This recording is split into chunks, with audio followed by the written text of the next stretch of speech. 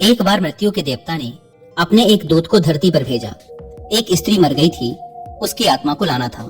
देवदूत आया, लेकिन वह वहां की स्थिति को देखकर दुविधा में पड़ गया।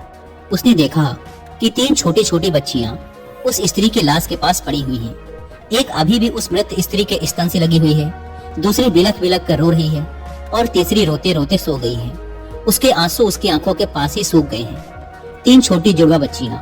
माँ मर चुकी है, परिवार में और कोई है नहीं, पिता पहले ही मर चुका है। इनका क्या होगा, कौन इन्हें संभालेगा? यह सोचकर देवदूत को बहुत दुख हुआ।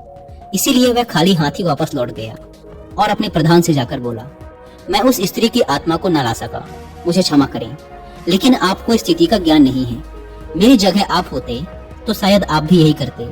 उस स्त्री की 3 छोटी छोटी जुड़वा बच्चियां हैं। एक अभी भी उसके स्तन से लगी हुई है, दूसरी रोते रोते सो गई है और तीसरी चीख चीख कर रो रही है। परिवार में उन्हें संभालने वाला और कोई नहीं है। ऐसी स्थिति को देखकर मेरा दिल उस स्त्री को ना ला सका। क्या ऐसा नहीं हो सकता कि उस स्त्री को कुछ समय और दे दिया जाए ताकि बच्चियां थोड़ी और बड़ी हो जाएं? यह सब सुनकर मृत्यु का देवता जोर से हंसा और बोला, तो तू ज्यादा समझदार हो गया है। उस परमात्मा से भी जिसकी मर्जी से जीवन मिलता है और जिसकी मर्जी से मृत्यु। तूने पाप तो बहुत बड़ा किया है और इसकी तुझे सजा मिलेगी, और सजा ये है कि तुझे पृथ्वी पर फेंक दिया जाएगा और तू तब तक वापस नहीं आ सकता जब तक तू अपनी इस मूर्खता पर 3 बार हंस नहीं लेगा। देवदूत राजी हो गया इस सजा को भोगने के लिए। उसे पूरा भरोसा था कि सही तो मैं ही हूँ, फिर हंसने का मौका ही क्यों आएगा। देवदूत को जमीन पर फेंक दिया गया। ठंड का मौसम था। वह एक सड़क के किनारे नग्न अवस्था में पड़ा हुआ था। उसी समय एक चमार वहां से गुजरा। वह कुछ पैसों की व्यवस्था करके ठंड के मौसम में अपने बच्चों के लिए गर्म कपड़े और कंबल लेने बाजार जा रहा था। रास्ते में उसने एक नग्न व्यक्ति को ठंड में ठिठुरते देखा तो उसे उस व्यक्ति पर दया आ गई। उसने अपने बच्चों के लिए गर्म कपड़े और कंबल लेने के बजाय उस नग्न देवदूत के लिए कपड़े और कंबल खरीद लिए। उस नग्न व्यक्ति ने कहा, मेरा कोई घर परिवार नहीं है और न ही रहने की व्यवस्था है। इस भयानक ठंड में मैं क्या करूंगा? चमार ने कहा, तू चिंता मत कर, तू मेरे साथ मेरे घर में रहना, लेकिन ध्यान रखना, मैं अपने बच्चों और पत्नी के कपड़ों के लिए जो पैसे लाया था उससे मैंने तेरे लिए कंबल और कपड़े खरीद लिए हैं, और अब तुझे घर भी ले जा रहा हूँ। इसीलिए मेरी पत्नी गुस्सा जरूर होगी और शायद भला बुरा भी कहेगी, लेकिन तू परेशान मत होना, कुछ दिनों में सब कुछ ठीक हो जाएगा। उस देवदूत को लेकर चमार घर पहुंचा। अब ना तो चमार को पता था कि जिसे वो ले जा रहा है वो देवदूत है, और ना ही पत्नी को पता था कि जो आया है वो देवदूत है, जिसके आते ही घर में खुशियों की बाढ़ आ जाएगी। जैसे ही चमार देवदूत को लेकर घर पहुंचा और पत्नी को सारी घटना बताई, पत्नी तो गुस्से से आग बबूला हो गई। वह चमार पर बरस पड़ी। बहुत भला बुरा कहा उसने, बहुत चीखी चिल्लाई। उस दिन देवदूत पहली बार हंसा। चमार ने पूछा, क्या बात है, हंसते क्यों हो? देवदूत ने कहा, जब मैं 3 बार हंस लूंगा तो हंसने का कारण भी बता दूंगा। देवदूत पहली बार हंसा क्योंकि उसे लगा कि चमार की पत्नी ये नहीं देख पा रही कि घर में देवदूत आया है, जिसके आते ही घर में हजारों हजार खुशियों के द्वार खुल जाएंगे। लेकिन उसकी भी गलती ना थी। व्यक्ति देख कितनी दूर तक सकता है। वह तो बस इतना ही देख पा रही थी कि बच्चों के कपड़े और कंबल चले गए। जो खो गया उसे तो वो देख पा रही थी, लेकिन जो मिला है उसे वो ना देख सकी। तो देवदूत हंसा। उसे लगी अपनी मूर्खता कि ये पत्नी भी नहीं देख पा रही कि क्या घट रहा है। अब क्योंकि वो देवदूत था, इसीलिए सिर्फ 10 ही दिनों में उसने चमार का सारा काम सीख लिया। वह जूते बनाने लगा और सिर्फ कुछ ही महीनों में उसके जूते इतने बिके कि चमार अमीर हो गया। साल भर में तो सारे देश में ये बात फैल गई कि उस जैसे जूते कहीं और बन ही नहीं सकते। राजाओं और सम्राटों के जूते अब उसके यहाँ बनने लगे थे। चमार के घर धन की बारिश हो गई। सब बहुत खुश थे और सब कुछ बहुत अच्छा चल रहा था। एक दिन सम्राट का एक आदमी आया और बोला, ये चमड़ा बड़ा कीमती है, आसानी से मिलता नहीं, कोई गलती नहीं होनी चाहिए। सम्राट के लिए जूते बनाने हैं और ठीक इस तरह के बनाने हैं। ध्यान रखना, जूते ही बनाने हैं, चप्पल नहीं। उस राज्य में ऐसी प्रथा थी कि जब कोई व्यक्ति मर जाता था तो उसे चमड़े की चप्पल पहनाकर चिता पर लिटाया जाता था। चमार ने भी देवदूत से कहा कि चप्पल मत बना देना, जूते ही बनाना।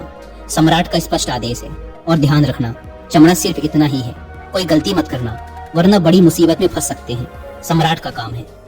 इतना कहने के बाद भी देवदूत ने उस चमड़े से चप्पल ही बनाई। जब चमार ने देखा कि देवदूत ने जूते की जगह चप्पल बनाई है तो वह आग बबूला हो गया।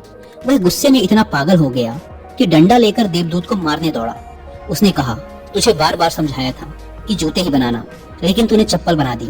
अब सम्राट हमें छोड़ेगा नहीं, तू तो मरेगा ही, लेकिन साथ ही मुझे और मेरे परिवार को भी फांसी लगवाएगा। इतना सुनते ही देवदूत खिलखिलाकर हंस पड़ा। उसी समय पीछे से दौड़ता हाँफता सम्राट का आदमी आया और बोला, जूते मत बनाना, चप्पल ही बनाना, क्योंकि सम्राट की मौत हो गई है। इतना सुनते ही चमार के हाथ से डंडा छूटकर नीचे गिर पड़ा। उसने देवदूत के पैर पकड़ लिए और कहा, मुझे माफ कर दो, मैंने तुझे मारा, मुझसे बहुत बड़ी भूल हो गई। देवदूत ने कहा, कोई बात नहीं, मैं अपनी सजा भुगत रहा हूँ। चमार ने कहा, कौन सी सजा, और तुम हंस क्यों रहे हो? देवदूत ने कहा, जब 3 बार हंस लूंगा तो सब कुछ बता दूंगा। भविष्य अज्ञात है और सिवाय उस परमात्मा के किसी को नहीं पता कि आगे क्या होगा, और इंसान तो वैसे भी अपने अतीत के अनुभवों के अनुसार निर्णय लेता है। सम्राट जिंदा था तो जूते चाहिए थे, और मर गया तो चप्पल। देवदूत दोबारा हंसा, यह सोचकर कि भविष्य हमें ज्ञात नहीं और हम आकांक्षाएं करते रहते हैं, अनुमान लगाते हैं, जो कि पूरी तरह व्यर्थ है। हम इच्छा करते हैं कि ये घटेगा, लेकिन वो कभी नहीं घटता, क्योंकि कुछ और ही घटना तय है। हमारी नीति बिना हमसे पूछे चलती है, लेकिन हम बेवजह हो हल्ला मचाए रहते हैं। चाहिए चप्पल, लेकिन जूते बनवाते हैं। मरने का समय नजदीक आ रहा है, लेकिन हम जिंदगी का आयोजन करते हैं। तो देवदूत को लगा कि मुझे क्या पता कि उन लड़कियों का भविष्य क्या होगा। मैं बेवजह ही बीच में पड़ा। यही सब सोचकर अपनी मूर्खता पर आज देवदूत खिलखिलाकर हंसा था। इसी प्रकार कुछ वर्षों बाद एक तीसरी घटना घटी। देवदूत चमार की दुकान पर बैठा जूते बना रहा था। तभी वहां 3 जवान लड़कियां एक बूढ़ी औरत के साथ आई। उन तीनों की शादी होने वाली थी, तो वो अपने लिए जूते का नाप देने आई थी। देवदूत उन्हें देखते ही पहचान गया कि ये वही तीनों लड़कियां हैं जिन्हें वो उनकी मृत मां के पास छोड़कर आया था, जिनके कारण आज वो ये सजा भुगत रहा है। वो तीनों देखने में स्वस्थ थी, सुंदर थी, और उन्हें देखकर लग रहा था जैसे वो किसी बड़े घराने में पली बढ़ी हों।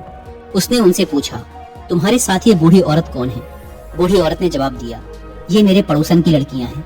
बचपन में ही इनकी माँ की मृत्यु हो गई थी। बेचारी बहुत गरीब थी, उसके पास खाने को भी ना था। उसके स्तनों में इनको पिलाने के लिए दूध भी ना था। वो इन्हें दूध पिलाते पिलाते ही मर गई। मेरी कोई संतान ना थी, इसीलिए मैंने इन्हें अपने बच्चों के रूप में अपना लिया, और अब इनका सम्राट के खानदान में विवाह होने जा रहा है। देवदूत ने सोचा, अगर इनकी माँ जिंदा होती तो ये तीनों बच्चियां भयानक गरीबी, भूखमरी और दरिद्रता में बड़ी होती, पर क्योंकि माँ मर गई, इसीलिए इनका लालन पालन इतने धनी परिवार में हुआ, और अब इस बूढ़ी औरत की सारी धन दौलत की यही तीनों मालकिन है। उस दिन देवदूत अपनी मूर्खता पर तीसरी बार हंसा। उसने उन तीनों लड़कियों के लिए अब तक के सबसे शानदार जूते बनाए और चमार से आकर सारी बात कह सुनाई कि ये 3 कारण थे मेरे हंसने के। मेरी गलती थी जिसकी मुझे सजा मिली। अब मैं समझ गया हूँ कि नियति सबसे बड़ी है, और हम सिर्फ उतना ही देख पाते हैं जितना हम देख सकते हैं, और जो हम नहीं देख सकते वो बहुत बड़ा और विशाल है, और जो हम देख सकते हैं उससे हम उस बात का सटीक अंदाजा नहीं लगा सकते जो घटित होने वाला है। मैं अपनी मूर्खता पर 3 बार हंस चुका हूँ। मेरा दंड पूरा हुआ, इसलिए अब मैं चलता हूँ। और देवदूत वहां से चला गया। दोस्तों, इस कहानी से सीखने वाली बात यह है कि आज घटी घटनाओं को देखकर हम इस बात का अनुमान नहीं लगा सकते कि यह घटना हमारे लिए अच्छी है या बुरी। इसका उत्तर तो भविष्य की गर्त में ही छुपा है। इसीलिए हर घटना पर अच्छी या बुरी की प्रतिक्रिया देना व्यर्थ है। हमें बस जो हो रहा है उसका साक्षी बनने का प्रयास करना चाहिए। गौतम बुद्ध भी अपने उपदेशों में यही कहते हैं कि ना तो अतीत के लिए पश्चाताप करो और ना ही भविष्य की चिंता। बस आज में जियो, इस पल में जियो, और इसी के साथ एक हो जाओ। बस यही एकमात्र तरीका है खुद को उन सभी चिंताओं से मुक्त रखने का जिनका परिणाम तुम्हारे बस में है ही नहीं।